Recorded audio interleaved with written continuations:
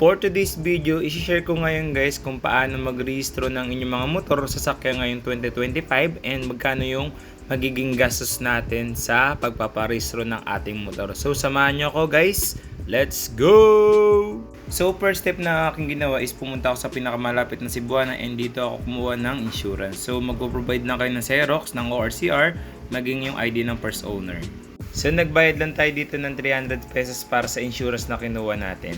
So after that, pumunta na tayo sa mismong LTO kasi ang pinunta nating LTO guys is one-stop shop. So meaning, meron na rin sila dito guys emission testing. So dito na rin ako guys nagpa-emission testing para hindi na ako pumunta o pumila sa ibang lugar kasi napakabilis guys ng emission testing nila dito. So after ma-check ng ating motor, so magsasubmit tayo dito guys ng mga Xerox na kailangan na document and bigyan tayo guys ng checklist ng babayaran natin sa may cashier. So magbabayad lang tayo dito ng 560 para sa emission ng ating motor.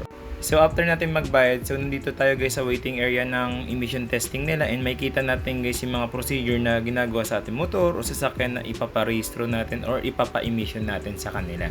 So tapos na tayo magpa-emission guys and diretso na tayo guys sa may mismong LTO para iparehistro ang ating motor.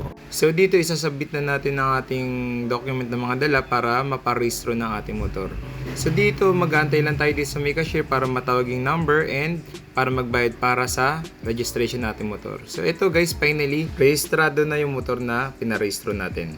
So yun nga guys, tapos na tayo magparehistro ng motor natin. And i-breakdown lang natin guys yung mga nagastos natin. Una guys, ang ginawa natin is pumunta tayo guys ng Cebuana. So doon tayo guys kumuha ng insurance na pumapatak siya ng 300. Yung insurance na kinuha ko doon sa Aerox ko.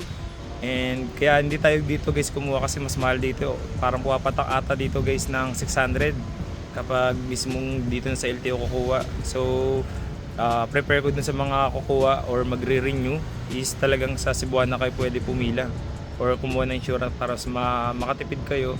And then kung gusto nyo mas makatipid sa emission, pwede naman kayo sa labas magpa-emission. Pero ang ginawa ko guys, dahil one-stop shop naman si San Mateo LTO, dito na rin ako nagpa-emission. So parang pupatak siya ng 560 yung emission natin, tapos dumiretso na agad ako dito kasi pwede naman agad na dumiretso dito para magpa-rehistro. So binayaran ko lang guys sa rehistro natin is 386. So yun lang guys, pupatak lang siya lahat guys ng 1,246 yung breakdown natin sa lahat ng ginastos natin. Pero kung sa labas pa kayo guys magpapa-emission, siguro mas makakatipid pa kayo siguro ng 200, siguro mga 1,000 siguro magagastos nyo.